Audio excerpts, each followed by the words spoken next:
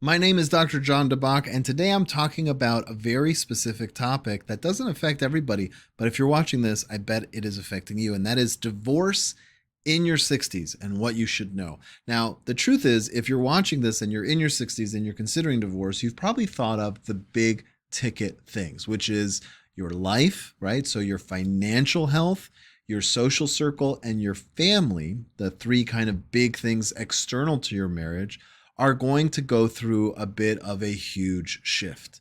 So, depending on where you are financially, depending on how many friends you've grown over the years, and by the way, I'm talking about a couple in their 60s who had a substantial relationship. So, not someone who got married at 58, decided it wasn't for them, and 2 years later is divorcing. That's not what we're talking about. We're talking about someone who got married in their 20s or 30s, maybe even their 40s, and has spent anywhere from 20 to 40 years together with this person.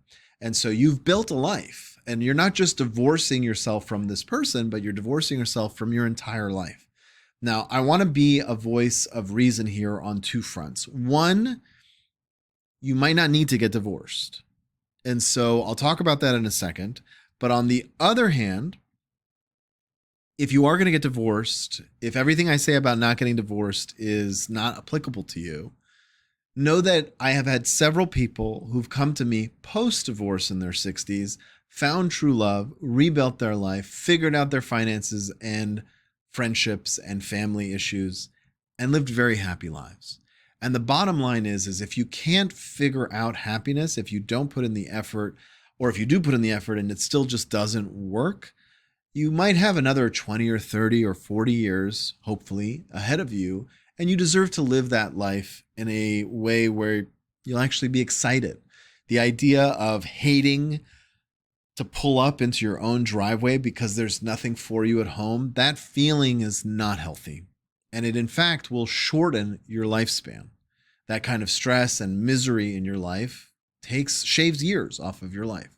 So what do you do? Well, let's talk about why you maybe shouldn't get divorced. Now, typically, people who get divorced in their 60s, what happens is they've kind of hit retirement and their life is changing, and they or their spouse expected that once that happens, things would shift, and it didn't shift the way they want. So you've maybe we're a little bit of a workaholic and you figured I'm just earning income so that we can have a nice retirement. And then you come home to find out that your spouse is emotionally checked out. And in order to cope with the last several decades, they have built their own social life and there's no room for you. That's very common. I've had clients like that. You might find out that you've grown apart. Not because of any social or building another life, but you haven't checked in on each other. And so ideologically, you don't know where the person stands. They've developed new habits and routines that you weren't even aware of because you're so busy. Lots of things like that can happen. And so before you actually move forward with divorce, and I promise not to spend too much time on this, the one conversation you should have with your partner is, what kind of relationship? We're in our 60s now. What kind of relationship do you want to see for the rest of your life? Because I'm getting a sense that maybe we're not on the same page, and I love you, or assuming that's true. And we've built a life together, and I want to make sure that it was not all for naught, that we can spend the next 20 or 30 years together plus enjoying each other. But I'm not sure what you envision and what you're open to. So can we spend some time just going over ideally what you'd like to see? I'll share some thoughts on what I'd like, and we'll see how much we're actually in alignment.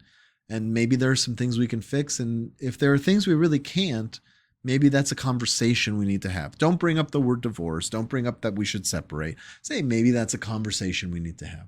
And you'd be amazed at how much you can get through in 1 hour-long conversation. You go through your social life, you go through your sex life, and I don't care what anyone says. I've had couples well into their 80s who have sex 3 and 4 times a week. So don't be shy to ask for what you really want in these conversations. You can go over your finances, the way you deal with family. You can go over your grandparent or parent duties at that point, what that looks like. You can go over everything and anything in your relationship. So don't be shy to have these conversations. Now, if you do have this conversation and you find we're on really different pages and want really different things. And divorce is the appropriate option, really the only option that makes sense for both of us. Get divorced. Figure if there are real deal breakers, get divorced. Know that it's going to suck for a couple years. Maybe less. Depending on your finances, that can really hit a pretty serious toll. But splitting up a life at that point is difficult, but it doesn't mean it's over. Again, there are people, especially other people in retirement, who are splitting up just like you want to split up and want the kind of relationship you want. I promise you, they are out there. And so you have to, and by the way, they're open. They have nothing else to do. They're also retired. Their kids are also out of the house. They want to meet. You have to be a little bit more creative about how to meet them. You have to be a little bit more social probably than you were before. But if you're in a miserable relationship and you have the talk and the person says, I'm just not interested in connecting that way, then you owe it to yourself to really explore. Now, I would recommend seeing someone like me or a couples therapist or, someone to actually go over it before you make that decision, just to get a neutral perspective. But if you do that, know that you're probably going to have to get aggressive about your social life. And it's good for you to make a list of what kind of relationship you want, so that when you meet people, you can have that conversation with them. So the more prepared you are and the more true you are to yourself about how much you want in life and what that looks like, the easier time you'll have in understanding how to get that. I hope you found this helpful. My name is Dr. Jon Dabach. On this video, you'll see 2 other videos that you might want to watch in terms of improving your relationship. Don't forget to click like and subscribe and hit that bell icon, and I'll see you in the next time.